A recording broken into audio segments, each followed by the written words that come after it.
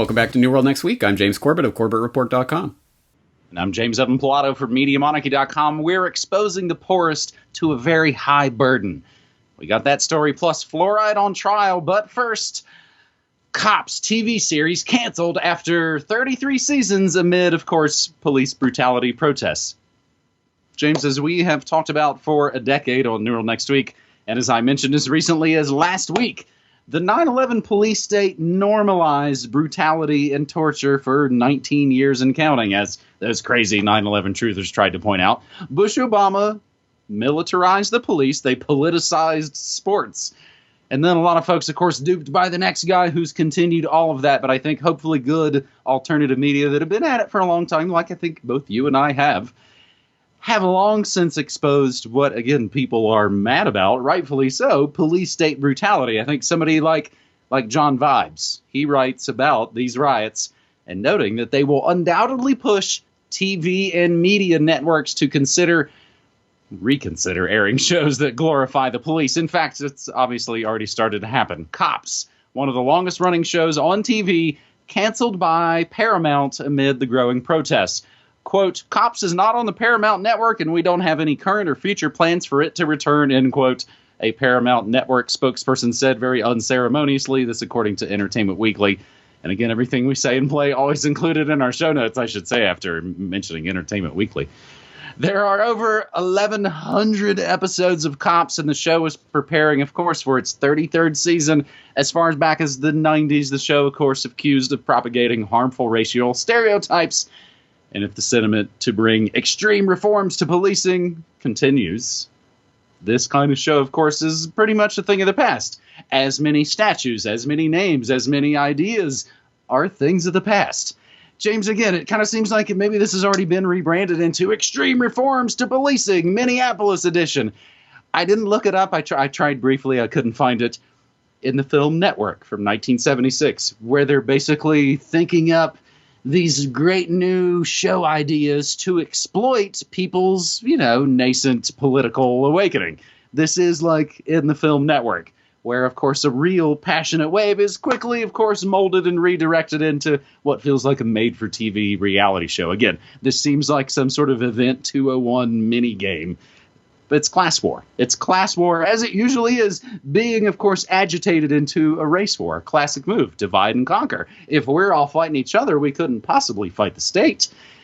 But really, at the end of the day, James, as we've talked about pretty recently on New World Next Week, whether we're talking about Johnson & Johnson or Paramount, it's just not profitable anymore when you can stream snuff films all day on the FANG platforms for free. It's pretty disgusting. But in some ways, James, maybe this sort of anachronism is kind of like how the Pentagram and DARPA didn't need their life log project after they had their Facebook, right? Yeah, actually, well observed. That is absolutely the point here. You raise an extremely important point, which is how genuine grassroots rage at institutions and establishment can be co-opted and steered into, basically commodified into just another product that can be sold back to people under the new political blather, which is the same as the old political blather. And of course, we're talking here about the media side of that, but on the deeper issue of police brutality and reimagining the police, which is the latest version of the political platitude blather that must be announced by any politician. Yes, we're going to reimagine the police and defund the police, whatever that actually means. Well, I'll tell you what it actually means, because like with all of these political platitudes, you have to run them through the globalist decoder. Because, of course, they're saying these things that people want to hear, but they're not saying what you want to hear. Oh, defund the police and reimagine policing and get rid of the police departments. Hey, this sounds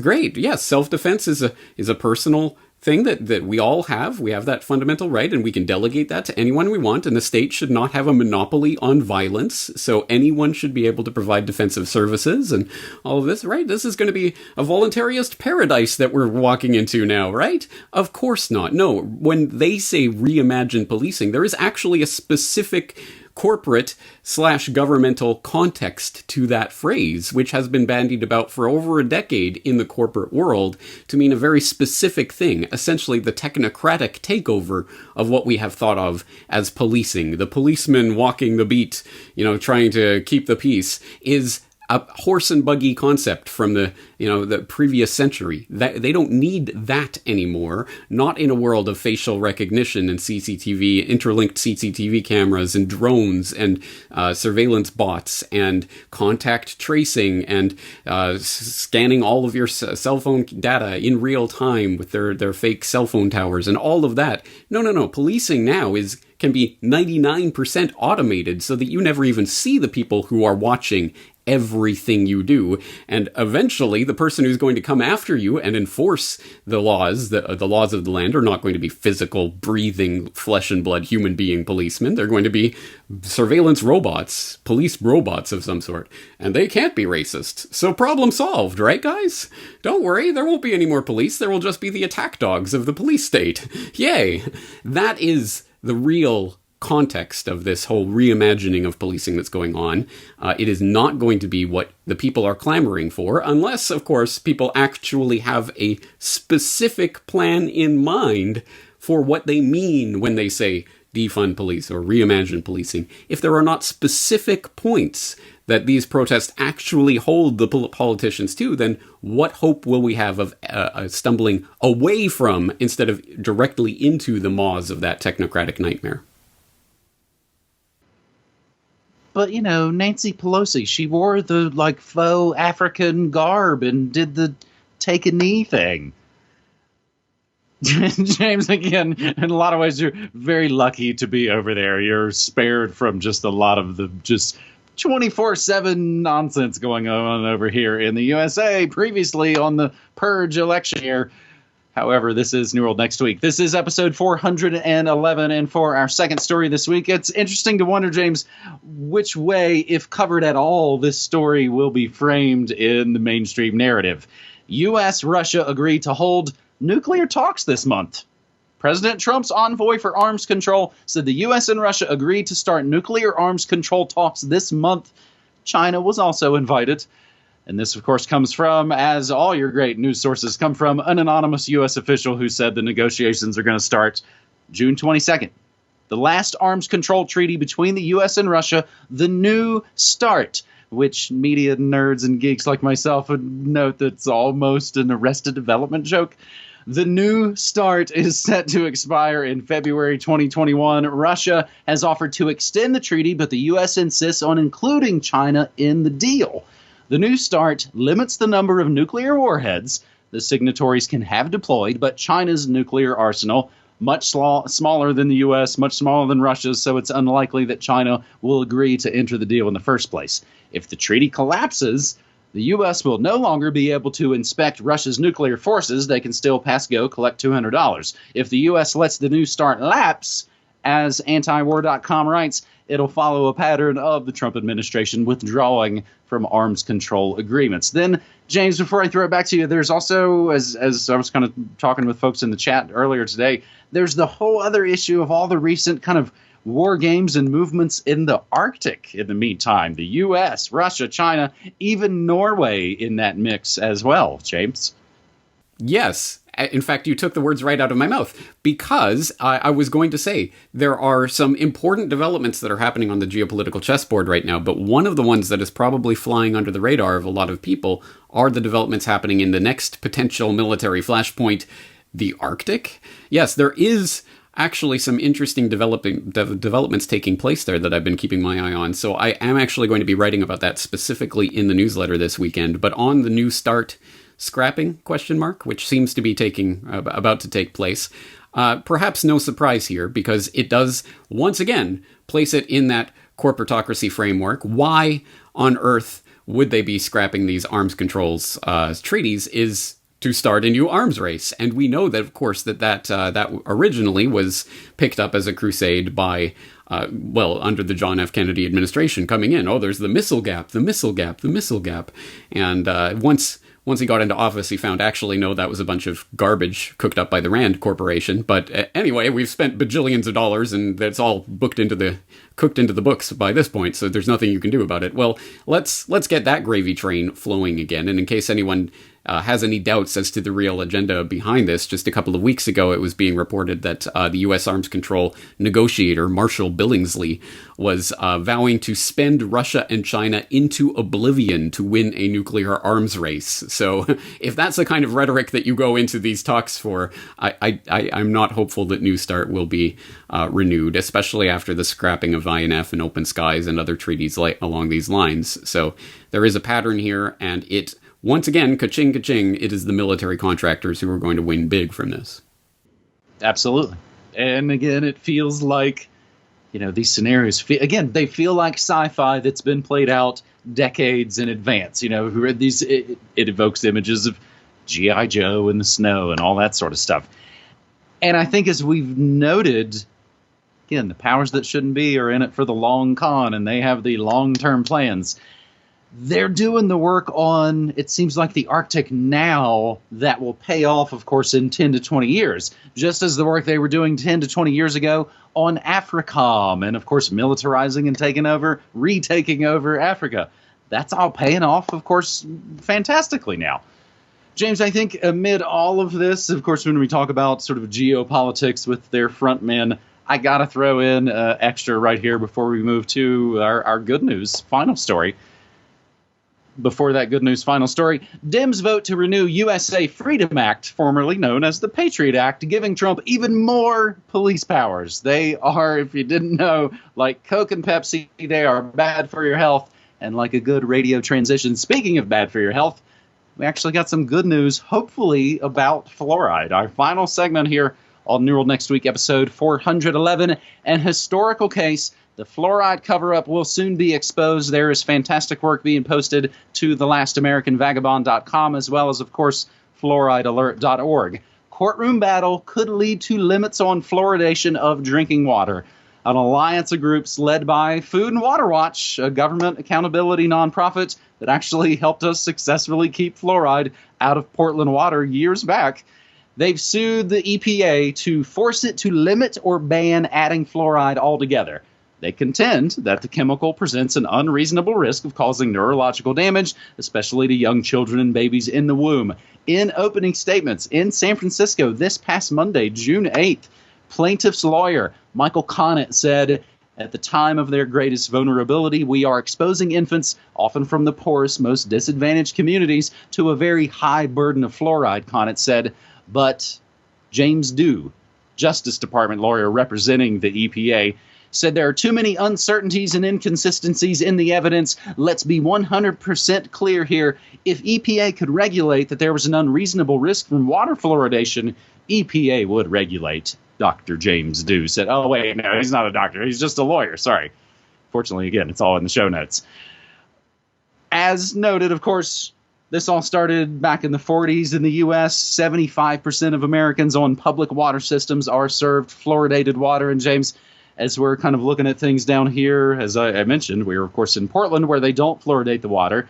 We moved to Santa Fe, where they do fluoridate the water, of course, meaning we have to spend more money to remove chemicals from our water. Interesting thing we learned, actually, this last week, James, they don't add fluoride in Albuquerque.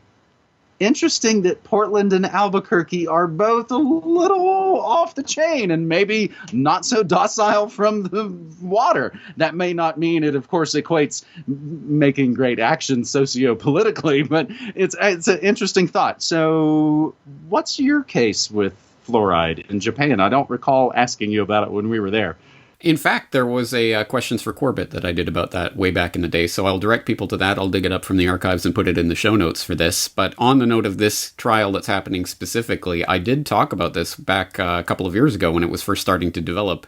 Back in interview 1352 with Dr. Paul Connett, Michael Connett's father, and the director of the Fluoride Action Network. We talked about this case as it was developing at that time and as it was being allowed to proceed. Well, here we are, the wheels of justice grinding at their usual glacial pace 2 years later, 2+ years later, we're finally getting to the point where there's actually going to be the trial. So it will be extremely interesting to watch. As usual, I'm not holding my breath that the courts will make the right decision here, but at least it is making a decision, and there will be something to use from this going forward. Again, I hope people will read through the supplementary material and the articles that we're providing here, because the evidence is not just overwhelming, it becomes more and more overwhelming as time goes on, that adding fluoride to the water supply does have a negative effect on IQ, let alone various organs and the healthy functioning thereof. And as I say, there are more and more studies coming online that make it more and more difficult for the EPA or any other agency or branch of the corporatocracy to deny any longer. And just to tie a bow on the main theme for today's stories, the unifying theme, yes, this is a corporatocratic decision as well to fluoridate the water supply, as you noted, started in the 1940s as a convenient way to get rid of nuclear/industrial waste and turn that waste product into this wonderful thing we're going to put in the water supply to help your teeth. That's right, you drink sunscreen in order to protect your skin, and you drink fluoride in order to protect your teeth? Wait, what? No, don't think about it. Don't think about it for 2 seconds. It's good for you. Just take our waste and pay us money to put it in your water supply for you. Thank you very much. That is the swindle. I've talked about this at length before on the Corbett Report, so I hope people who are new to this and don't know about this will do some research before they dismiss it, as they undoubtedly always do, by saying, "Oh, it's like the Kubrick movie."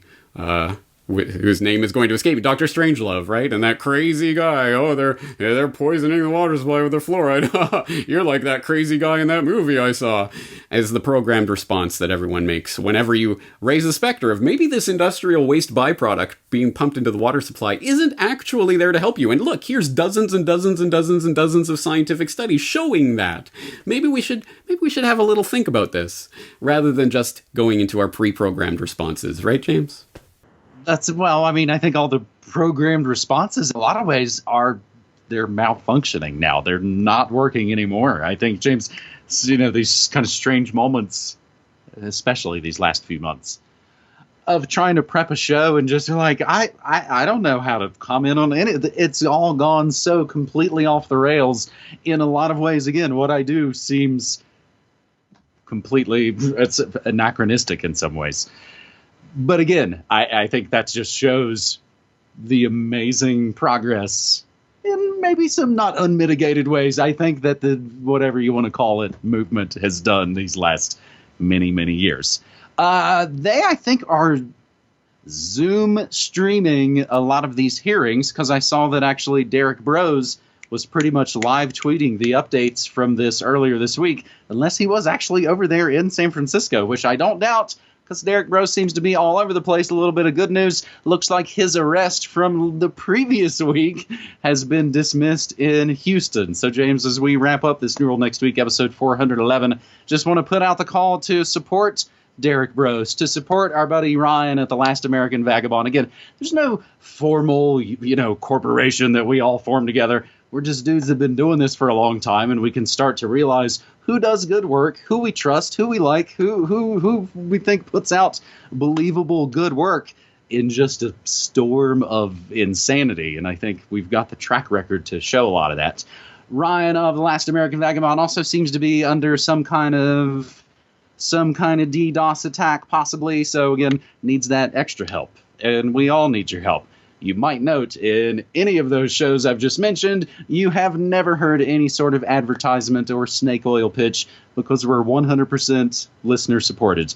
I do it the same way, James. I do radio Monday through Friday, 9 to 5 Mountain Time at MediaMonarchy.com/listen. It is there for folks to come take a free limited time look out. They can click through that Discord link and go through to the chat stream and hang out and come check us out. And again, it's been fantastic getting long-time New World Next Week people to go, oh man, it was about time I came and checked out your show. So James, as we close this, I'll throw it back to you with the reminder of something coming up this weekend to mention. That's right. Expose Bill Gates Global Day of Action. For people who haven't heard about it yet, I was just recently interviewed by Derrick Broze, who's putting this together, or at least spearheading the idea. And so people can look at that conversation for some of our ideas about what people can do on that date to spread the word about Bill Gates and Bill Gates' agenda, but of course not just about Bill Gates, about the deeper agenda and the ideology behind it that's being pushed on the back of this new biosecurity paradigm that is coming into view. That is June 13th, this Saturday, but of course it is not just going to be a one day and then we're done thing, but it is a good place to concentrate our efforts and then to start thinking about how to spread this information even further. I'll throw the link into that previous conversation if people want more information on that, but we're going to leave it there for this week. James, thank you as always for 3 interesting stories. All right, buddy. Thank you. Take care.